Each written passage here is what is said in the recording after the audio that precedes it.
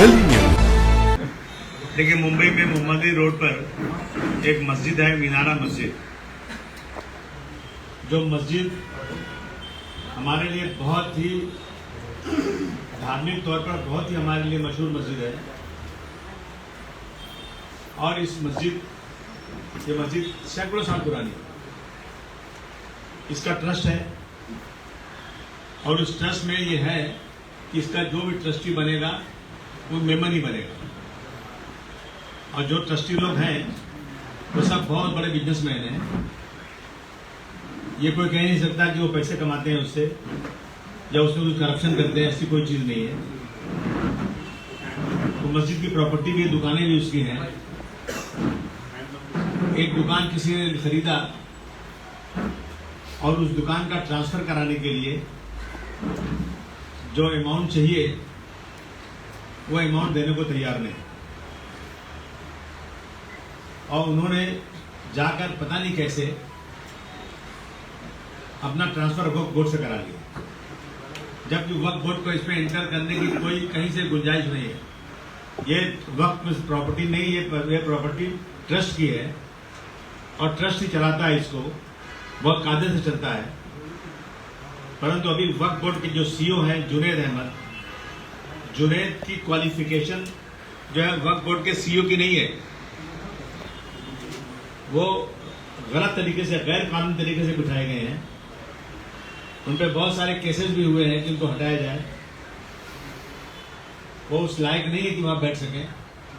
लेकिन अभी जो गवर्नमेंट बैठी है वो गवर्नमेंट मुसलमानों को हर तरह से परेशान करना चाहती है। हर मस्जिद के नीचे मंदिर नजर आ रहा है उनको।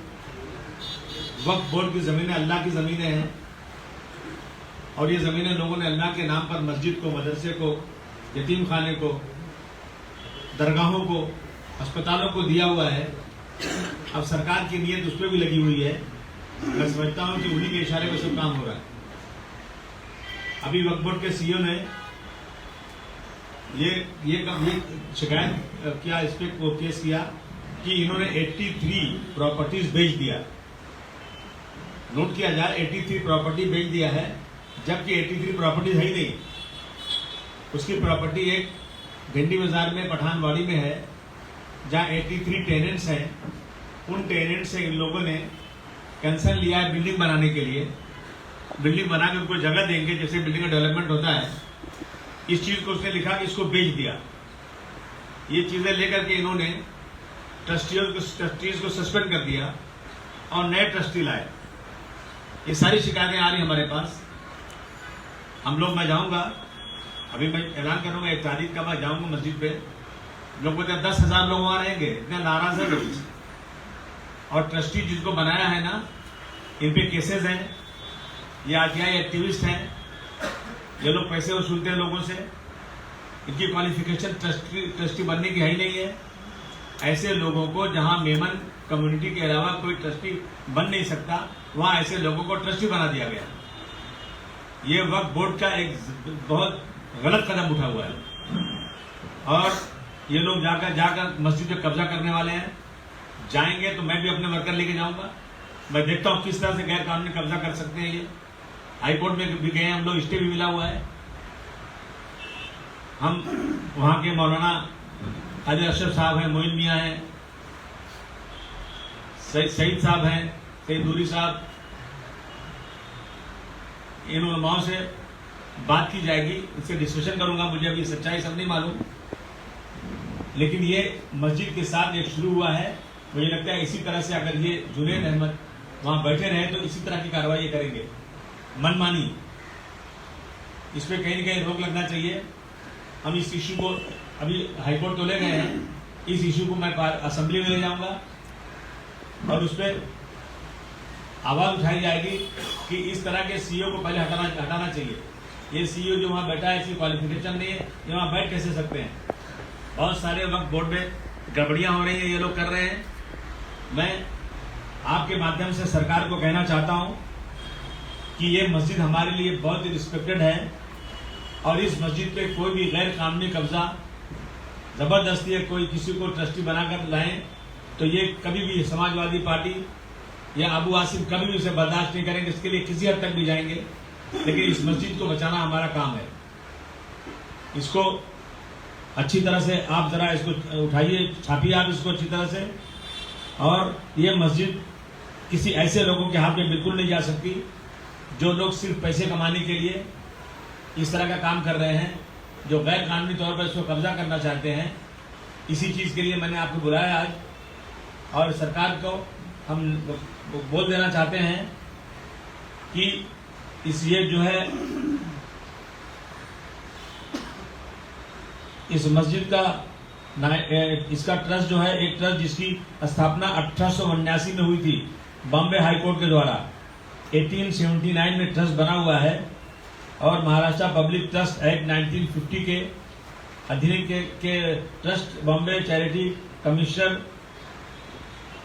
के अंडर में है। ये महाराष्ट्र पब्लिक ट्रस्ट 1950 के अनुसार संचालित किया जा रहा है, और ये इंग्लिश ट्रस्ट की प्रकृति का एक और, इसलिए राज्य वक्फ बोर्ड के पास ऐसा कोई आदेश पारित करने का कोई अधिकारी क्षेत्र है ही नहीं कि जो उन्होंने इस तरह से जो पास किया है कि इसको ट्रस्टीज को हटाएं, नए को इनको अधिकार ही नहीं है।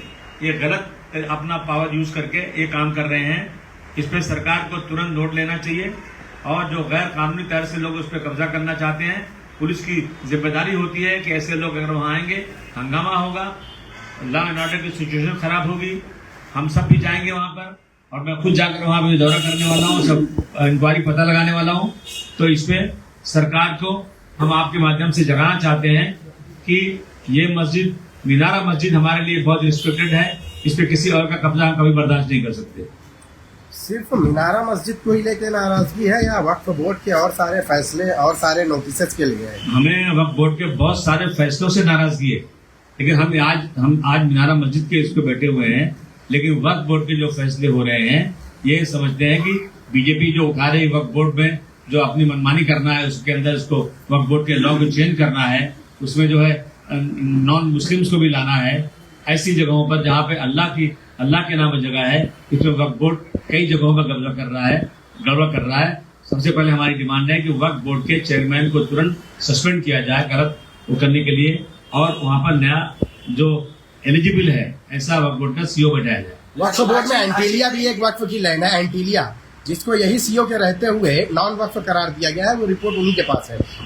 सुप्रीम कोर्ट तक फैसला हो चुका है, एंटीलिया की बिल्डिंग जो है वो वक्फ की ही है, ये फैसला हो चुका है। सरकार जो कानून ला रही है, तो मतलब सही कानून ला रही है, पे जो है काफी ज्यादा डिस्प्यूट है, तो सरकार का कानून लाना, वक्फ अमेंडमेंट बिल जो है उसका आना जरूरी है क्या? बिल्कुल जरूरी नहीं है। अगर उसमें कुछ गड़बड़ी जरूर है, उसमें कुछ कमी जरूर है, उस कमी को सुधारने की जरूरत है, न कि नया अमेंडमेंट बिल ला करके एक कलेक्टर के हाथ में। आज क्या है कि आज एक सीओ रहता है, वो सीओ ऑर्डर करता है, महाराष्ट्र के 36 कलेक्टर जहां जहां होता है उस पर काम करते हैं। अब ये जो है 36 कलेक्टर जो है वो ऑर्डर करेंगे और सीओ उनके अंडर में काम करेगा।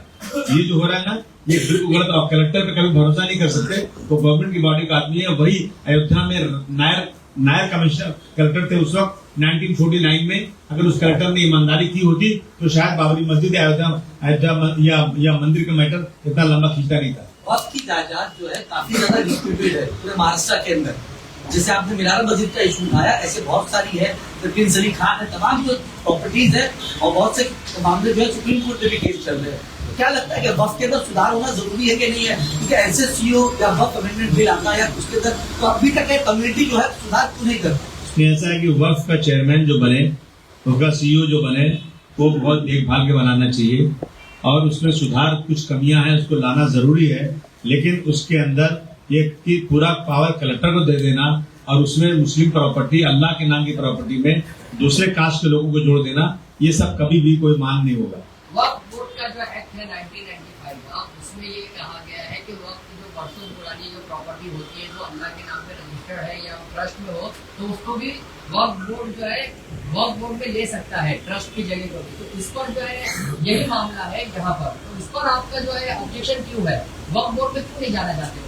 नहीं क्यों जाएंगे वक्फ बोर्ड? हमारे पास ट्रस्ट है, ट्रस्ट अच्छे से चल रहा है, कोई गड़बड़ी नहीं उसके अंदर है। जो लोग क्वालिफाइड लोग हैं, बहुत अच्छे फैमिली के लोग हैं, आज 100-150 साल से वहां पे उसी फैमिली के लोगों का काम चल रहा है, तो उसको चेंज करने की जरूरत क्या है? वक्त में गाड़ियां चल रही हैं सर, आप रोज सुन रहे हैं कोई कब्जा कर रहा है, कोई क्या कर रहा है। इस ट्रस्ट के तहत चल रहा है, इसको ट्रस्ट में ही रहना चाहिए। सर अभी आपने बताया कि मीरा मस्जिद का जो ट्रस्ट डीड है उसके हिसाब से नॉन मेंबर की नियुक्ति नहीं होती, तो सीओ ने जो नियुक्ति किया नॉन मेंबर की, तो आपको लग रहा है मैनिपुलेशन हुआ होगा? बहुत ज्यादा सीईओ के ऊपर जो है इल्जामात लग रहे हैं। कई लोग बाहर खड़े हैं कागजात लेकर के सीईओ के खिलाफ, कहाँ कहाँ कुछ हुआ है। मैं समझता हूँ किसी को भरोसा सीईओ के ऊपर नहीं है। जब एक आदमी के ऊपर भरोसा नहीं है और उसकी क्वालिफिकेशन भी वो नहीं है, तो पहले उसको हटा देना चाहिए। और जब ट्रस्ट में लिखा हुआ है कि नॉन मेंबर नहीं हो सकता, तो नॉन मेंबर को कैसे अपॉइंट किया गया, ये सब सारी चीजें उठ रही है। ये सीईओ को जो लाया गया है, इसके पहले आपको पता होगा मोइन तहसीलदार करके थे। एंटीलिया की जो रिपोर्ट आई थी जिसमें मोइन तहसीलदार ने जो है हुकूमत के खिलाफ अपना मौक़िफ़ रखा था, उसके बाद ही, उस रिपोर्ट के बाद ही मोइन तहसीलदार को हटा के उनको लाया गया है। तो आपको नहीं लगता है कि मोइन तहसीलदार को हटाना और जुनैद सैयद को लाना, ये भी हुकूमत की उसी पॉलिसी का हिस्सा है? 100% आप सही कह रहे हैं। जब मोइन साहब थे वहाँ पर, एंटीलिया की बात पूरी ओपन हो चुकी थी, उनके सेक्रेटरी से मेरी बात हो चुकी थी कि एंटीलिया की जगह अब ये जो है अंबानी के पास जो है वो गैर कानूनी है। जगह वक्फ की कभी जिंदगी में बेची नहीं जा सकती है। इतना दिन खींचा इन लोगों ने, ये फैसला हो चुका है। अब मेरा ये कहना है सरकार को कि जिसने भी जो किया तो करना था कर लिया, लेकिन अब जो है ना उनको लीजी बनाया जाए। ये जगह बिक तो सकती नहीं है, बिल्डिंग गिराई तो जा सकती नहीं है, लेकिन उनको वो जगह लीज पे दे करके वो वक्फ को किराया देंगे उसका। ये अगर सरकार के अंदर थोड़ी भी इंसाफ है तो तुरंत जो है एंटीलिया का तो वक्फ का लीजी बनाकर उनसे रेंट लेना चाहिए।